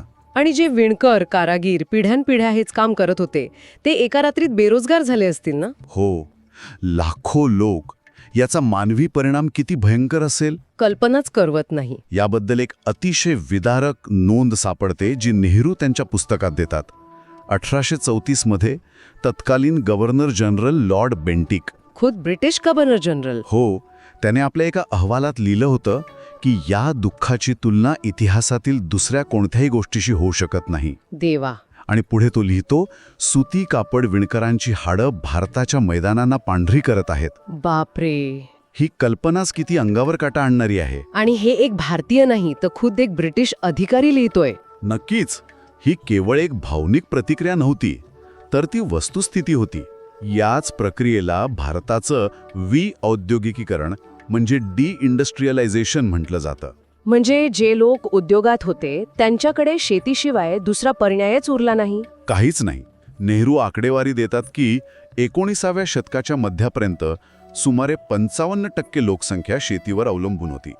पण ब्रिटिशांच्या धोरणांमुळे काही दशकातच हे प्रमाण 74% वाढलं. म्हणजे भारत जो एक औद्योगिक आणि उत्पादक देश होता, तो आता फक्त कच्चा माल पुरवणारी आणि तयार मालाची बाजारपेठ असणारी एक कृषी वसाहत बनला. बरोबर. भारताच्या आर्थिक कण्यावर केलेलं हे सर्वात मोठं आक्रमण होतं. जेव्हा लाखो लोकांचा रोजगार जातो, त्यांची जीवनशैली उद्ध्वस्त होते, तेव्हा केवळ आर्थिक संकट नाही, तर एक प्रचंड सामाजिक असंतोष निर्माण होतो. अगदी. आणि तो असंतोष धुमसत होताच. आणि त्याचीच परिणती पुढे मोठ्या संघर्षात झाली. म्हणजे आपण 1857च्या उठावाकडे येतोय का? हो, आर्थिक शोषणाविरुद्धचा असंतोष तर होताच. त्यात भर पडली होती राजकीय आणि सामाजिक अपमानाची. सर थॉमस मोनरो नावाच्या एका ब्रिटिश अधिकाऱ्याने 1817 मध्येच लिहून ठेवलं होतं. इतक्या आधी? हो. की ब्रिटिश राजवटीने भारतीयांना त्यांच्याच देशाच्या कारभारातून पूर्णपणे वगळून त्यांचा राष्ट्रीय स्वाभिमान दडपून टाकला आहे. हा अपमान लोकांच्या मनात सलत होता. आणि या सगळ्याचा स्फोट 1857 मध्ये झाला. नेहरूंच्या मते हा केवळ सैनिकांचा उठाव होता की त्याहून मोठं काहीतरी होतं. नेहरू स्पष्टपणे लिहितात की ही केवळ सैनिकांची बंडाळी नव्हती. हळूहळू या घटनेने एका लोकप्रिय बंडाचं आणि भारतीय स्वातंत्र्याचा युद्धाचं स्वरूप धारण केलं. अच्छा. हे खरं आहे की याचं नेतृत्व मुख्यत्वे जुन्या सामंती सरदारांकडे होतं, ज्यांना आपली सत्ता गमावण्याची भीती होती. पण त्यांना सामान्य लोकांचाही मोठा पाठिंबा मिळत होता. या उठावात काही नावं तर अजरामर झाली. तात्या टोपे, झाशीची राणी लक्ष्मीबाई. हो, झाशीची राणी लक्ष्मीबाई, ज्या केवळ 20 वर्षांच्या होत्या. आणि त्यांच्याबद्दल तर खुद्द ब्रिटिश जनरल ह्यू रोज, ज्याने त्यांना हरवलं, त्यानेच म्हटलं होतं की त्या बंडखोरांमध्ये सर्वात उत्तम आणि सर्वात शूर होत्या. पण एवढा मोठा उठाव असूनही तो अयशस्वी का झाला, हाच महत्वाचा प्रश्न आहे. यामागे काही प्रमुख कारणं होती. नेहरूंनुसार सर्वात मोठं कारण म्हणजे नेत्यांमध्ये एकसंध राष्ट्रीय भावनेचा अभाव होता. म्हणजे ते केवळ परकीय सत्तेच्या विरोधात होते, पण त्यांच्याकडे भविष्यासाठी कोणतीही रचनात्मक योजना नव्हती. ब्रिटिशांना हटवल्यानंतर देशाचं काय करायचं यावर एकमत नव्हतं. प्रत्येकजण आपापल्या संस्थानासाठी लढत होता. भारत ही एकसंध राजकीय संकल्पना अजून तयार झाली नव्हती. आणि आश्चर्याची गोष्ट म्हणजे नेहरू लिहितात की अनेक भारतीय राजे महाराजे ब्रिटिशांना सामील झाले होते. हो, आणि शीख सैन्यानेही ब्रिटिशांची मदत केली होती. हे नेहरूंना खूप आश्चर्यकारक वाटतं. कारण काही वर्षांपूर्वीच ब्रिटिशांनी शीखांना अत्यंत क्रूरपणे हरवून पंजाबवर कब्जा केला होता. तरी यावरून हेच दिसतं की भारत ही एकसंध राष्ट्रीयत्वाची कल्पना अजून लोकांच्या मनात रुजली नव्हती. प्रादेशिक निष्ठा जास्त प्रबळ होत्या. उठाव दडपल्यानंतर जे घडलं ते आणखी भयंकर होतं असं दिसतंय. ब्रिटिशांनी बदला घेतला आणि त्याचा परिणाम केवळ लष्करी नव्हता. नाही, तो मानसिक होता. उठाव क्रूरपणे दडपवल्यानंतर वर्णद्वेषाचं विष समाजात पसरवलं गेलं. ब्रिटिशांनी मास्टर रेस किंवा श्रेष्ठ वंश ही कल्पना भारतीयांवर लादण्यास सुरुवात केली. अच्छा. राज्य करणारी गौरवर्णीय जमात आणि त्यांच्यावर राज्य होणारी प्रजा अशी एक दरी निर्माण केली गेली. 1883 मध्ये सेटॉन केअर नावाचं एक ब्रिटिश अधिकाऱ्याचं एक वाक्य आहे. काय? तो म्हणाला होता, प्रत्येक इंग्रज माणसाचा हा विश्वास आहे की देवाने त्याला राज्य करण्यासाठी आणि जिंकण्यासाठीच निर्माण केला आहे. हे धक्कादायक आहे. म्हणजे ही केवळ आर्थिक लूट नव्हती, तर एक मानसिक आणि सांस्कृतिक वर्चस्व गाजवण्याचा पद्धतशीर प्रयत्न होता. अगदी. They want just ruling the land, they were trying to colonise the mind. आणि याच मानसिकतेने पुढची अनेक दशकं भारत-ब्रिटन संबंधांना आकार दिला. पण इथे एक मोठा विरोधाभास दिसतो मला. ब्रिटिश स्वतः एका आधुनिक संस्कृतीचे प्रतिनिधी होते. त्यांच्या देशात लोकशाही, स्वातंत्र्य यावर चर्चा होत होती. पण भारतात मात्र ते बदलाला विरोध करत होते. अगदी अचूक मुद्दा. त्यांना भीती होती की सुशिक्षित भारतीय त्यांच्या सत्तेला आव्हान देतील. त्यांच्या धोरणाबद्दल नेहरू लिहितात की ज्ञानाच्या प्रसाराची भीती हा एक जुनाट आजार होता जो ब्रिटिश अधिकाऱ्यांना ग्रासत होता. त्यांची मूळ इच्छा भारतीयांना अज्ञानाच्या अंधारात ठेवण्याचीच होती. हो, जेणेकरून ते प्रश्न विचारणार नाहीत आणि आपलं राज्य अबाधित राहील. मग त्यांनी इंग्रजी शिक्षण सुरूच का केलं, हा एक महत्त्वाचा प्रश्न आहे.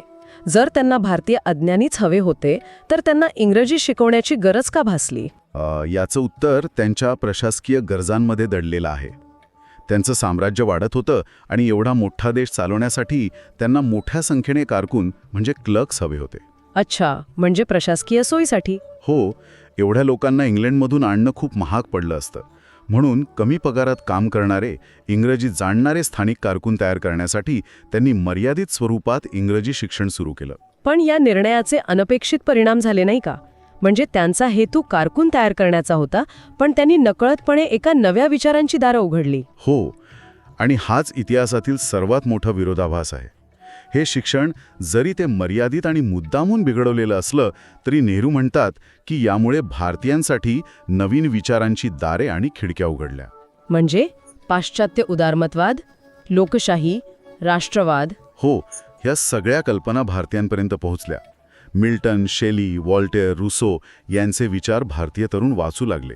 या बदलाचे एखादं ठोस उदाहरण देता येईल का? शियन आणि आरबीमध्ये विद्वान होतेच, पण त्यांनी पाश्चात्य संस्कृतीची मुळे समजून घेण्यासाठी इंग्रजी, ग्रीक, लॅटिन आणि हिब्रू या भाषाही शिकल्या. बरोबर. त्यांनीच सरकारला पत्र लिहून सांगितलं की आम्हाला पारंपरिक शिक्षणापेक्षा गणित, रसायनशास्त्र आणि इतर उपयोगी विज्ञानांच्या आधुनिक शिक्षणाची जास्त गरज आहे. म्हणजे शिक्षणाकडे पाहण्याचा दृष्टिकोनच बदलू लागला होता आणि या इंग्रजी शिक्षणामुळेच एक नवीन वर्ग तयार झाला. हो, जो पाश्चात्य विचारांनी प्रभावित होता आणि सुरुवातीला तो सामान्य जनतेपासून काहीसा तुटलेलाही होता. पण ह्याच वर्गाने पुढे जाऊन राजकीय सुधारणांची मागणी करण्यास सुरुवात केली. अगदी. आणि याच प्रयत्नातून 1885 मध्ये भारतीय राष्ट्रीय काँग्रेसची स्थापना झाली.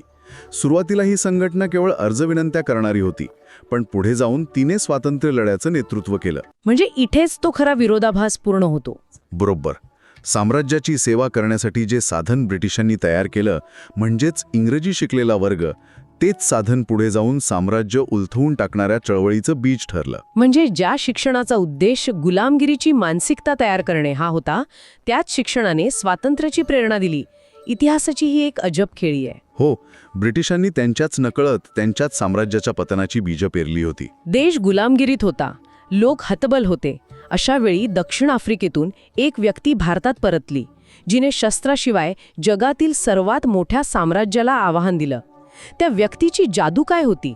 ती जादू होती सत्याग्रह आणि अहिंसेची. गांधीजी जेव्हा आले तेव्हा पूर्ण देशाचं वातावरणच बदलून गेलं. नेहरूंनी या पुस्तकात गांधीजींचं वर्णन एका ताज्या हवेच्या झोतासारखं केलंय. अगदी.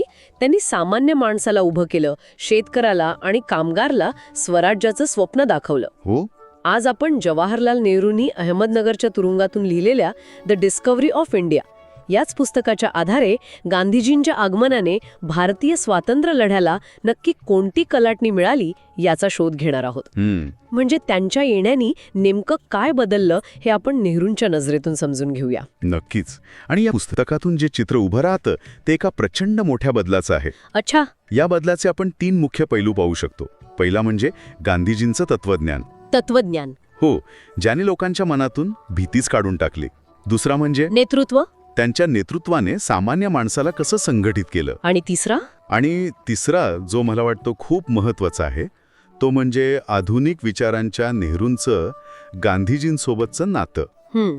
जे मतभेद असूनही अतूट होतं. अगदी. चला तर मग पहिल्या मुद्द्यापासून सुरुवात करूया. तुम्ही म्हणालात की नेहरूंनी गांधीजींचं वर्णन ताजा हवेच्या झोतासारखं केलंय. पण तेव्हा वातावरण इतकं कोंदटलेलं होतं का? कोंदटलेलं. मला वाटतं हा खूपच सौम्य शब्द आहे. अच्छा. नेहरू लिहितात की ब्रिटिश राजवटीत संपूर्ण भारतात भीतीचं साम्राज्य पसरलं होतं. भीतीचं साम्राज्य? हो. आणि ही भीती फक्त सरकारची नव्हती, म्हणजे सैन्याची भीती, पोलिसांची भीती, गुप्तहेरांची. तुरुंगात टाकतील ही भीती. हो, तुरुंगात डांबलं जाण्याची भीती या तर होत्याच, पण त्या पलीकडे जाऊन जमीनदाराची भीती होती, सावकाराची भीती होती. म्हणजे आर्थिक भीती सुद्धा होती. अगदी. आणि या सगळ्याच्या मुळाशी होती सततची बेरोजगारी आणि उपासमारीची भीती. एक प्रकारची म्हणजे एक हतबलता लोकांच्या मनात घर करून बसली होती. म्हणजे ही भीती सर्वव्यापी होती असं म्हणता येईल. राजकीय, आर्थिक, सामाजिक. बरोबर. मग अशा परिस्थितीत एका व्यक्तीने ह्या भीतीला आव्हान कसं दिलं? म्हणजे सुरुवात कुठून केली त्यांनी? त्यांनी थेट मुळावरच घाव घातला. त्यांच्या शिकवणीचं सार होतं निर्भयता. निर्भयता. हो, अभय. नेहरूंनी भारतीय ग्रंथांचा संदर्भ दिला आहे ज्यात म्हटलंय की अभय ही एखाद्या व्यक्तीसाठी किंवा राष्ट्रासाठी दिली जाऊ शकणारी सर्वात मोठी देणगी आहे.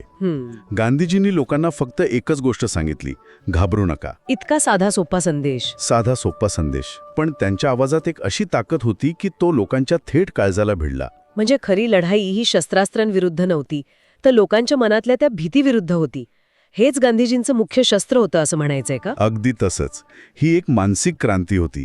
नेहरू याचं खूप सुंदर विश्लेषण करतात. काय म्हणतात ते? ते म्हणतात की दीर्घकाळच्या गुलामगिरीमुळे भारतीयांच्या मनात एक प्रकारची लाजिरवाणी आणि अपमानास्पद भावना निर्माण झाली होती.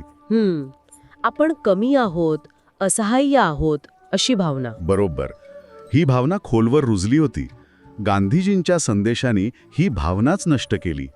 लोकांमध्ये एक तीव्र इच्छा निर्माण झाली की आता काहीही झालं तरी अपमान सहन करायचा नाही. स्वाभिमान जागा झाला. हो, स्वाभिमान जागा झाला. आणि मग ह्या जाग्या झालेल्या स्वाभिमानाला त्यांनी कृतीची जोड दिली. सत्याग्रहाचं जे तंत्र त्यांनी विकसित केलं ते ह्याच मानसिक बदलावर आधारित होतं, नाही का? बरोबर. सत्याग्रह म्हणजे फक्त शांत बसणं नव्हतं. नाही. त्यात चुकीच्या गोष्टीला ठामपणे नाही म्हणणं होतं.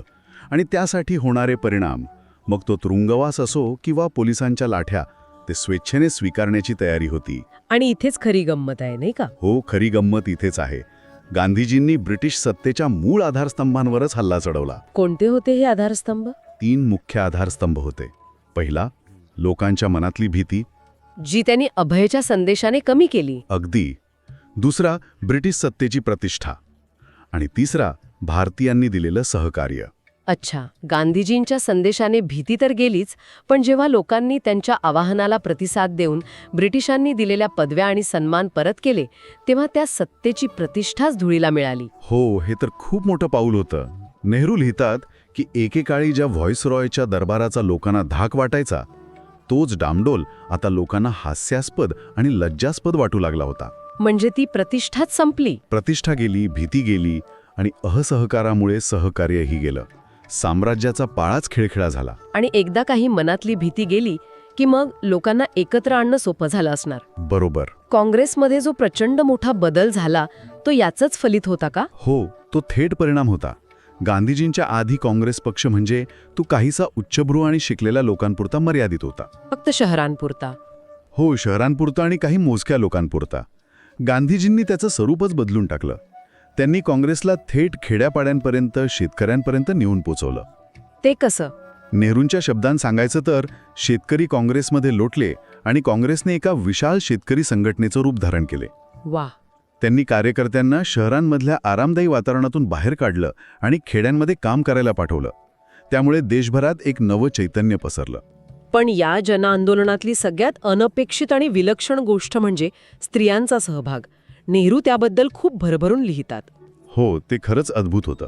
त्या काळात जिथे स्त्रिया बहुतांशी घरात असायच्या तिथे त्यांचं असं हजारोंच्या संख्येने रस्त्यावर येणं हे समाजासाठी किती मोठा धक्का असेल. खूप मोठा.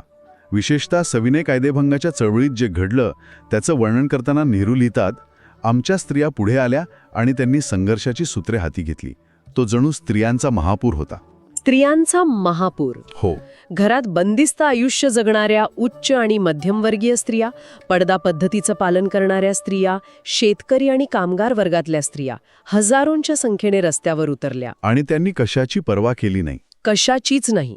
सरकारी आदेशांची, पोलिसांच्या लाठ्यांची किंवा तुरुंगवासाची कशाचीच पर्वा केली नाही. नेहरूंनी तुरुंगात असतानाची एक आठवण सांगितली आहे याबद्दल, जी खूप हृदयस्पर्शी आहे. हो, ती आठवण त्यांच्या मनावर खूप खोलवर परिणाम करून गेली. ते लिहितात की बाहेर स्त्रिया इतक्या मोठ्या संख्येने लढ्यात उतरल्या आहेत हे जेव्हा तुरुंगात कळलं तेव्हा काय झालं. ते म्हणतात, आम्हाला जो थरार जाणवला तो मी कधीही विसरू शकत नाही. भारतीय स्त्रियांबद्दलच्या अभिमानाने आमचं हृदय भरून आले आणि डोळे पाणावले. एका नेत्याला आपल्याच लोकांबद्दल, विशेषतः स्त्रियांबद्दल इतका अभिमान वाटून तुरुंगात अश्रू येणं हे त्या चळवळीचं भावनिक सामर्थ्य दाखवतं. नक्कीच. ही फक्त राजकीय लढाई नव्हती, तर एक सामाजिक क्रांती सुद्धा होती. निसंशय. आणि हा बदल फक्त स्त्रियांपुरता मर्यादित नव्हता. 1930च्या चळवळीत मुस्लिमांचा सहभागी लक्षणीय होता. म्हणजे सुमारे 10,000 मुस्लिम तुरुंगात गेले होते. 10,000? हो. पण सर्वात मोठा चमत्कार घडला तो वायव्य सरहद्द प्रांतात. पठाणांच्या बाबतीत हो ना? बरोबर. तिथे 95% लोकसंख्या मुस्लिम होती. खान अब्दुल गफार खान यांच्या नेतृत्वाखाली तिथल्या पठाणांनी जे करून दाखवलं त्याला नेहरू चमत्कारापेक्षा कमी नाही असं म्हणतात. चमत्कारच. ती लिहितात, जो पठाण आपल्या भावापेक्षा बंदुकीवर जास्त प्रेम करतो त्या लढवय्या पठाणांनी शांततापूर्ण आणि अहिंसक मार्गाचा स्वीकार केला. हे अविश्वसनीय आहे. यावरून गांधीजींच्या विचारांचा प्रभाव किती खोलवर आणि किती वेगवेगळ्या लोकांपर्यंत पोहोचला होता हे स्पष्ट दिसतं. ते गांधीजींच्या प्रत्येक विचाराशी सहमत होते असं नाही, त्यांच्या नात्यातही एक वेगळंच द्वंद्व होतं, नाही का? अगदी. आणि हेच त्यांच्या नात्याचं सौंदर्य होतं असं मला वाटतं. म्हणजे नेहरू स्वतः कबूल करतात की गांधीजींनी सांगितलेल्या अनेक गोष्टी आम्ही केवळ अंशतः स्वीकारल्या किंवा कधीकधी अजिबात स्वीकारल्या नाहीत. त्यांच्यात विचारांची खूप मोठी दरी होती. मुख्यत्वे आधुनिकतेच्या बाबतीत. बरोबर. हो, तो सर्वात मोठा मतभेद होता. गांधीजींचा यंत्र आणि पाश्चात्य औद्योगिक सभ्यतेला विरोध होता. त्यांना आत्मनिर्भर स्वावलंबी खेड्यांचं स्वप्न प्रिय होतं. या उलट नेहरूंचा दृष्टिकोन पूर्णपणे आधुनिक, वैज्ञानिक आणि समाजवादी होता. त्यांना मोठ्या उद्योगांशिवाय भारताचा विकास शक्यच वाटत नव्हता. हा त्यांच्यातला मूलभूत वैचारिक फरक होता. आणि अहिंसेच्या मुद्द्यावर तर हे मतभेद अगदी टोकाला गेले होते, विशेषतः दुसऱ्या महायुद्धाच्या वेळी. बरोबर. तो खूप महत्त्वाचा मुद्दा होता. गांधीजींचा आग्रह होता की स्वतंत्र भारताने बाह्य आक्रमणाविरुद्धही अहिंसेचाच वापर करावा. पण हे व्यावहारिकदृष्ट्या शक्य होतं का? नाही. काँग्रेस कार्यकारिणी समितीला, ज्यात नेहरूंचा समावेश होता, हे मान्य नव्हतं. देशाच्या सुरक्षेसाठी सैन्य आवश्यक आहे असं त्यांचं स्पष्ट मत होतं. आणि या मुद्द्यावरून त्यांच्यात मतभेद झाले. हो, जाहीरपणे मतभेद झाले. गांधीजी काही काळासाठी काँग्रेसपासून वेगळेही झाले. मग इतके मूलभूत मतभेद असूनही त्यांचं नातं टिकलं कसं? काय जोडत होतं त्यांना? त्यांना जोडणारा एकच समान आणि सर्वात महत्त्वाचा धागा होता भारताचं स्वातंत्र्य, देशाचं ध्येय. हो. मतभेद कितीही असले तरी नेहरूंच्या आणि इतर सर्वांच्या नजरेत गांधीजी भारताचा स्वातंत्र्याचे आणि लढाऊ राष्ट्रवादाचे प्रतीक होते. जेव्हा संघर्षाची, प्रत्यक्ष कृतीची वेळ यायची तेव्हा सर्वजण त्यांच्याकडेच आपले नेते म्हणून पाहायचे. वैयक्तिक मतभेद देशाच्या स्वातंत्र्यापेक्षा मोठे नाहीत ही भावना दोघांमध्येही होती. आणि इथे एक खूप रंजक बदल घडतो ज्याचा उल्लेख नेहरूंनी केला आहे. 1942च्या सुमारास गांधीजींच्या भूमिकेत एक मोठा बदल झाला. हो, आणि हा त्यांच्या नात्यातला एक खूप महत्त्वाचा टप्पा आहे. कोणता बदल? 1942 मध्ये जेव्हा भारताच्या स्वातंत्र्याचा प्रश्न ऐरणीवर आला तेव्हा गांधीजींनी ही भूमिका घेतली की जर ब्रिटिशांनी भारताला स्वातंत्र्य दिलं तर स्वतंत्र भारत मित्र राष्ट्रांच्या बाजूने युद्धात भाग घेऊ शकेल. काय सांगताय, म्हणजे अहिंसेच्या पुजाऱ्याने सशस्त्र संघर्षाला मान्यता दिली? हो, हा एक खूप मोठा बदल होता. नेहरू या बदलाचं वर्णन कसं करतात? नेहरू याला व्यावहारिक राजकारण्याने दूरदर्शी संतावर केलेली मात असं म्हणतात. हे वाक्य खूप काही सांगून जातं.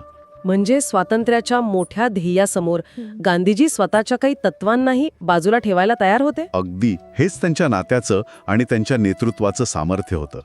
ती लवचिकता, तो एकमेकांच्या विचारांबद्दलचा आदर आणि देशाच्या स्वातंत्र्याला दिलेलं सर्वोच्च प्राधान्य. यामुळेच त्यांचं नातं इतके मतभेद असूनही अतूट राहिलं. स्वातंत्र्य आता जवळ होतं, पण देश मुक्त होण्यापूर्वीच एका भयानक फाळणीच्या छायेखाली होता. नेहरूंनी फाळणीचं दुःख आणि भविष्यातील भारताचं स्वप्न कसं पाहिलं, त्या स्वप्नाचा शेवटचा धडा होता. तो शेवटचा धडा होता वैज्ञानिक दृष्टिकोन आणि लोकशाही. नेहरूंनी पुस्तकाचा शेवट करताना भारताच्या भविष्याबद्दल खूप मोठं विधान केलंय. भारत हा एक असा देश आहे ज्याचा आत्मा कधीच मरू शकत नाही. भारताचा शोध या पुस्तकाच्या प्रवासाच्या शेवटी हे वाक्य खरंच मनाला स्पर्शून जातं. हो, पण एक गोष्ट मला खूपच विलक्षण वाटते. ज्या पुस्तकाचा प्रत्येक धागा भारताच्या हजारो वर्षांच्या इतिहासात, तत्वज्ञानात आणि संस्कृतीत गुंतलेला आहे, अगदी त्याच पुस्तकाचा लेखक स्वतंत्र भारताचं भविष्य मात्र पूर्णपणे विज्ञानाच्या खांद्यावर ठेवतो. त्यांच्यासाठी आधुनिक भारताची मंदिरं ही धरणं आणि कारखाने होती. हो, हा एक मोठा विरोधाभास नाही का? म्हणजे इतिहासात इतका रमणारा माणूस भविष्यासाठी इतका ठामपणे विज्ञानवादी कसा असू शकतो? वरवर पाहता हा विरोधाभास वाटू शकतो, पण नेहरूंच्या विचारसरणीच्या मुळाशी गेलं की त्यात एक सुसंगतता दिसते. मुळात वैज्ञानिक होता. त्यांना पोकळ कल्पनांमध्ये, अध्यात्मात किंवा परलोकाबद्दल फारसं आकर्षण नव्हतं. म्हणजे ते वर्तमानावर जास्त लक्ष केंद्रित करत होते. अगदी. ते स्पष्ट लिहितात, essentially I am interested in this world, in this life. त्यांच्यासाठी जिवंत तत्वज्ञान तेच होतं जे आजच्या या क्षणाच्या समस्यांची उत्तरं देऊ शकेल. बरोबर. जे तत्वज्ञान केवळ भूतकाळात रमतं, पण वर्तमानातील भुकेच्या, गरिबीच्या आणि अज्ञानाच्या प्रश्नांवर काहीच बोलत नाही, ते त्यांच्यासाठी निरुपयोगी होतं. म्हणजे ते एका अर्थाने तत्वज्ञानाला जमिनीवर आणत होते. हो, आणि मला वाटतं याच विचारातून त्यांनी अंधश्रद्धा आणि भूतकाळाबद्दलच्या आंधळ्या आधारावर इतका प्रखर हल्ला चढवला असावा. हो, अगदी बरोबर. कारण या गोष्टी माणसाला वर्तमानात कृती करण्यापासून रोखतात. बरोबर. त्यांनी यासाठी स्वामी विवेकानंदांच्या विचारांचाच आधार घेतला आहे. विवेकानंद म्हणाले होते, जी गोष्ट तुम्हाला शारीरिक, बौद्धिक किंवा आध्यात्मिकदृष्ट्या कमकुवत करते, ते विषाप्रमाणे त्यागा. अगदी. नेहरूंच्या मते हाच विचार वैज्ञानिक दृष्टिकोनाचा पाया आहे. ही केवळ प्रयोगशाळेतली गोष्ट नाही. इथेच मला वाटतं लोकांना जास्त स्पष्टता हवी आहे. वैज्ञानिक दृष्टिकोन म्हणजे फक्त विज्ञान शिकणं नाही. नाही, अजिबात नाही. तर ती एक जीवन जगण्याची पद्धत आहे. नेमका हाच मुद्दा आहे. नेहरूंच्या मते ही एक वृत्ती आहे, एक स्वभाव आहे. सतत सत्याचा शोध घेण्याची वृत्ती. हो. नवीन पुरावा समोर आल्यावर आपले जुने विचार बदलण्याची बौद्धिक प्रामाणिकपणा ठेवण्याची वृत्ती. ही खूप मोठी गोष्ट आहे. आणि सगळ्यात महत्त्वाचं म्हणजे पूर्वग्रहांवर किंवा ऐकीव गोष्टींवर अवलंबून न राहता स्वतःच्या निरीक्षणावर आणि तर्कावर विश्वास ठेवण्याची वृत्ती. नेहरू म्हणतात, हीच एका स्वतंत्र मुक्त माणसाची खरी ओळख आहे. आणि असा समाजच प्रगती करू शकतो. हो, जो समाज अशा स्वतंत्र माणसांचा बनलेला असतो तोच खऱ्या अर्थाने प्रगती करू शकतो. आणि मला वाटतं याच दृष्टिकोनातून त्यांनी ओळखलं की भारताच्या खऱ्या स्वातंत्र्यासाठी राजकीय स्वातंत्र्यासोबतच औद्योगिक स्वातंत्र्य किती महत्वाचं आहे. बरोबर. इथूनच आधुनिक भारताच्या मंदिरांची संकल्पना आली, नाही का? हो, त्यांच्या मनात याबद्दल कोणतीही शंका नव्हती. त्यांच्या मते आधुनिक भारताच्या प्रगतीसाठी 3 गोष्टी पायाभूत होत्या. कोणत्या? एक, अवजड अभियांत्रिकी आणि यंत्रनिर्मिती उद्योग, जेणेकरून आपण तंत्रज्ञानासाठी दुसऱ्यांवर अवलंबून राहणार नाही. आत्मनिर्भरता. अगदी. दुसरं, जागतिक दर्जाच्या वैज्ञानिक संशोधन संस्था, जिथे नवीन ज्ञान निर्माण होईल. आणि तिसरं, विद्युत शक्ती, जी या सगळ्या प्रगतीला ऊर्जा देईल. आणि हे सगळं बोलत असताना ब्रिटिश राजवटीबद्दलची त्यांची चीड आणि संताप पुस्तकातल्या पानापानांवरून ओसंडून वाहतो. हो, खूप जास्त. त्यांना हे तीव्रतेने जाणवत होतं की ब्रिटिशांनी भारताची ही क्षमता जाणीवपूर्वक मारून टाकली. हो, ते जाणीवपूर्वक केलेली हत्या असेच शब्द वापरतात. ते लिहितात की ब्रिटिशांनी भारताला स्वतःच्या देशासाठी केवळ कच्चा माल पुरवणारी वसाहत आणि त्यांच्या मालाची बाजारपेठ. हो आणि त्यांच्या कारखान्यात तयार झालेल्या मालाची एक मोठी बाजारपेठ बनवून ठेवलं. भारताची अर्थव्यवस्था मुद्दाम ग्रामीण आणि कृषीप्रधान ठेवली गेली. जेणेकरून स्पर्धाच उभी राहणार नाही. बरोबर, जेणेकरून हितली औद्योगिक स्पर्धा कधीच उभी राहू नये. नेहरूंच्या मते हे भारताच्या आर्थिक आणि बौद्धिक प्रगतीचं ठरवून केलेलं खच्चीकरण होतं. आणि म्हणूनच स्वातंत्र्यानंतर त्यांनी या 3 स्तंभांवर इतका भर दिला. त्यांच्यासाठी औद्योगिक आत्मनिर्भरता हेच खरं स्वराज्य होतं. अगदी. पण हे सगळं विज्ञान आणि औद्योगिकरणाचं भविष्य रेखाटत असताना नेहरूंच्या मनात एक दुसरा त्याहून खोलवरचा प्रश्न होता नाही का, होता. की ज्या भारताला ते आधुनिक बनवू पाहत होते त्या भारताचा मूळ आत्मा काय आहे? या लोखंड आणि सिमेंटच्या मंदिरांमध्ये प्राण फुंकणारी शक्ती कोणती? बरोबर. इथूनच ते या पुस्तकाच्या गाभ्याकडे, विविधतेतील एकतेच्या शोधाकडे वळतात. अगदी. आणि खरं तर इथेच हे पुस्तक एका राजकीय जाहीरनाम्यापेक्षा खूप मोठं ठरतं. ते भारताच्या प्रचंड विविधतेचं वर्णन करतात. हो. ते म्हणतात की उत्तरेकडील पठाण आणि दक्षिणेकडील तमिळ व्यक्तीला समोरासमोर उभं करा. त्यांच्यात वरवर पाहता काहीही साम्य दिसणार नाही. रंग, रूप, भाषा, खाण्यापिण्याच्या सवयी, पोशाख सगळंच पूर्णपणे वेगळं. सगळं वेगळं. पण तरीही ते म्हणतात की दोघांवरही भारताची एक विशिष्ट आणि न पुसता येणारी छाप स्पष्टपणे दिसते. हो, the unmistakable impress of India. ही छाप म्हणजे नेमकं काय? मला वाटतं हाच या पुस्तकातल्या शोधाचा केंद्रबिंदू आहे. बरोबर. ही छाप म्हणजे काय हे ते पुढे उलगडून सांगतात. ते म्हणतात की बंगाली, मराठी, गुजराती, पंजाबी यांसारख्या विविध गटांनी आपली स्वतंत्र अभिमानास्पद ओळख शेकडो किंबहुना हजारो वर्ष टिकवून ठेवली आहे. हो, लेली नव्हती तर ती कशी निर्माण झाली? नेहरूंच्या मते ही एकता राजकीय नव्हती, ती सांस्कृतिक होती. अच्छा. ते खूप सुंदर वाक्य लिहितात. Some kind of a dream of unity has occupied the mind of India since the dawn of civilization. एकतेचं स्वप्न. हो, एकतेचं स्वप्न. हे स्वप्न हजारो वर्षांपासून भारताच्या मनात वसलेलं आहे. ही एक अशी अंतर्गत शक्ती आहे जिने बाहेरून आलेल्या वेगवेगळ्या श्रद्धा आणि परंपरांना केवळ सहन केलं नाही, तर त्यांना आपलंसं केलं. आपलंसं करून सामावून घेतलं. त्यामुळे भारताची संस्कृती एकसंध न राहता अनेक रंगांनी मिळून बनलेल्या एका सुंदर वस्त्रासारखी झाली. या संदर्भातला त्यांचा भारत माता की जय या घोषणेमागचा अर्थ शोधण्याचा अनुभव तर अक्षरशः डोळे उघडणार आहे. हो, तो अनुभव खरंच विलक्षण आहे. मला वाटतं पुस्तकातला सर्वात अविस्मरणीय भाग आहे तो. हे एका राजकीय घोषणेला एका गहन अनुभवात बदलून टाकतं. अगदी. ते सांगतात की जेव्हा ते सभांमध्ये शेतकऱ्यांना विचारायचे, ही भारत माता कोण आहे जिचा तुम्ही जय जयकार करत आहात, तेव्हा लोक गोंधळून जायचे. हो, गोंधळून जायचे आणि एकमेकांकडे पाहायचे. त्यांना उत्तर माहीत नसायचं. आणि मग एका धाडसी जाट शेतकऱ्याने उत्तर दिलं होतं हो, की भारत माता म्हणजे भारताची धरती, आमची प्रिय जमीन. बरोबर. तेव्हा नेहरूंनी त्यांना समजावून सांगितलं की तुम्ही म्हणता ते अर्धसत्य आहे. भारत म्हणजे इथले डोंगर, नद्या, जंगलं आणि शेतं तर आहेतच, पण या सगळ्यांपेक्षा महत्वाचे म्हणजे भारतातील कोट्यावधी लोक. अगदी. भारत माता म्हणजे हेच कोट्यावधी लोक. आणि मग ते पुढचं वाक्य बोलायचे जे ऐकून त्या लोकांच्या चेहऱ्यावरचा भावच बदलून जायचा. कोणतं वाक्य? ते म्हणायचे, तुम्हीच भारत मातेचे अंश आहात. एक प्रकारे तुम्ही स्वतःच भारत माता आहात. वा. ते लिहितात की as this idea slowly soaked into their brains, their eyes would light up as if they had made a great discovery.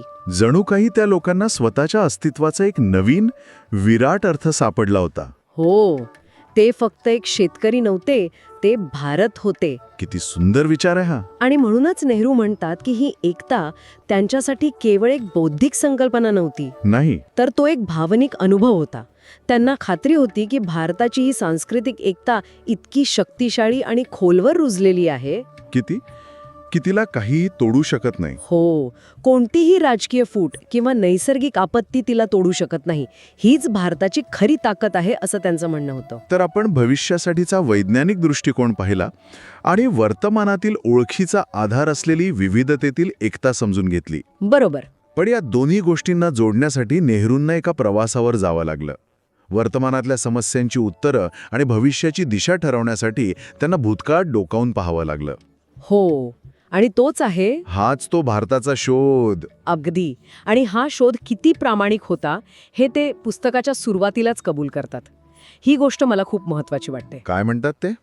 ते लिहितात की मी भारताकडे सुरुवातीला एका परदेशी टीकाकाराच्या नजरेने पाहत होतो.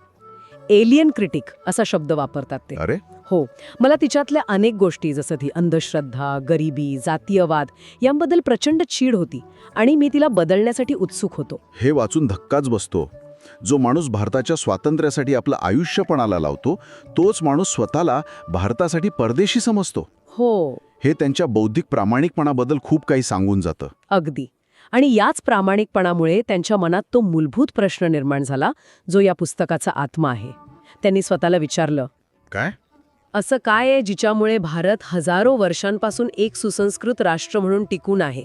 तिच्यात कोणती शक्ती होती आणि ती तिने आता गमावली आहे का?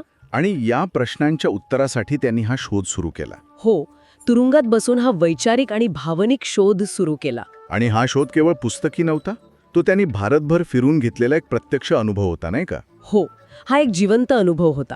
ते लिहितात की ते मोहेंजोदारोच्या अवशेषांवर उभे राहिले आणि 5000 वर्षांपूर्वीच्या एका प्रगत नागरी संस्कृतीचा विचार करत होते, जिच्याशी आपलं नातं जोडलेलं आहे. बरोबर. त्यांनी अजिंठा, एलोरा आणि एलिफंटाच्या लेण्यांना भेट दिली आणि आपल्या पूर्वजांच्या कलात्मक प्रतिभेपुढे ते नतमस्तक झाले. ते गंगेच्या काठावर फिरले. हो, आणि त्यांना जाणवलं की गंगेची कहाणी हीच भारताच्या संस्कृतीची अखंड वाहणारी कहाणी आहे. याच प्रवासात त्यांना भारताचं वर्णन करण्यासाठी एक सुंदर आणि अचूक शब्द सापडला, पॅलिम्सेस्ट. हो, पॅलिम्सेस्ट. आपल्या श्रोत्यांसाठी सांगायचं तर पॅलिम्सेस्ट म्हणजे असं जुनं हस्तलिखित, ज्यावरचं लिखाण मिटून त्यावर पुन्हा नवीन लिहिलं जातं. पण जुनं लिखाण पूर्णपणे कधीच मिटत नाही. त्याचे अंश, त्याचे खुणा मागे दिसत राहतात.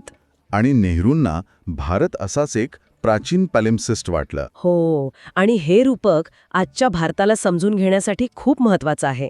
विचार करा, आपल्यावर आज संविधानाचा थर आहे, पण त्याच्या खाली ब्रिटिश कायद्याचा थर आहे, त्याच्या खाली मुघल प्रशासनाचा थर आहे, आणि त्याही खाली मौर्यकालीन राज्यव्यवस्थेचे विचार आहेत. हे सर्व थर एकमेकांना पुसून टाकत नाहीत, तर एकमेकांशी सतत संवाद साधत असतात. खरं आहे. आज आपण जेव्हा धर्मनिरपेक्षता या शब्दावर चर्चा करतो, तेव्हा आपण नकळतपणे अकबराच्या सुलह-ए-कुल आणि अशोकाच्या धम्माच्या थरांना स्पर्श करत असतो. म्हणजे आपला वर्तमान हा या सर्व भूतकाळांच्या थरांचा एक जिवंत संवाद आहे. अगदी, एक जिवंत आणि गुंतागुंतीचा संवाद आहे. नेहरू हेच सांगत होते. आणि या शोधाचा अंतिम उद्देश केवळ ज्ञान मिळवणे किंवा भूतकाळात रमून जाणे नव्हता, नाही का? अजिबात नाही. त्याचा उद्देश होता भारताच्या भविष्याची इमारत एका मजबूत पायावर उभी करणे. हो, या संदर्भातलं त्यांचं एक वाक्य खूप महत्वाचं आहे. ते लिहितात, if we were going to build the house of India's future strong and secure and beautiful, we would have to dig deep for the foundations. आपल्याला पाया खोल खणावा लागेल. हो, आणि हा पाया म्हणजे भारताचा आत्मा, तिची हजारो वर्षांची ऐतिहासिक ओळख आणि तिची अद्वितीय सांस्कृतिक एकता. जोपर्यंत आपण हा पाया समजावून घेत नाही, तोपर्यंत त्यावर आधुनिकतेची सुंदर आणि मजबूत इमारत बांधता येणार नाही. म्हणजे भारताचा शोध हे पुस्तक प्रत्येक भारतीयाला आपल्या इतिहासाच्या या अखंड साखळीशी जोडलं जाण्यासाठी हो, आणि वर्तमानात आपलं स्थान काय आहे हे शोधण्यासाठी एक प्रेरणादायी आमंत्रण आहे. अगदी. हे पुस्तक आपल्याला केवळ माहिती देत नाही, तर एक दृष्टी देतं. दृष्टी. आपल्या भूतकाळातील चुका आणि सामर्थ्य दोन्ही स्वीकारून भविष्याकडे कसं पाहायचं याची दृष्टी देतं. नेहरूंच्या मते जोपर्यंत आपण आपल्या मुळांना खोलवर समजावून घेत नाही, तोपर्यंत आपण भविष्याची सुंदर आणि मजबूत इमारत बांधू शकत नाही. आणि मला वाटतं हाच या पुस्तकाचा आणि नेहरूंच्या संपूर्ण जीवनाचा सार आहे. बरोबर. तुम्हाला हा व्हिडिओ कसा वाटला कमेंट बॉक्समध्ये नक्की कळवा. हा व्हिडिओ तुमच्या मित्रमैत्रिणीसोबत नक्की शेअर करा आणि अशाच प्रेरणादायी पुस्तकांसाठी बुकवाईज विथ अनिल या यूट्यूब चॅनलला सबस्क्राईब करा. जय हिंद.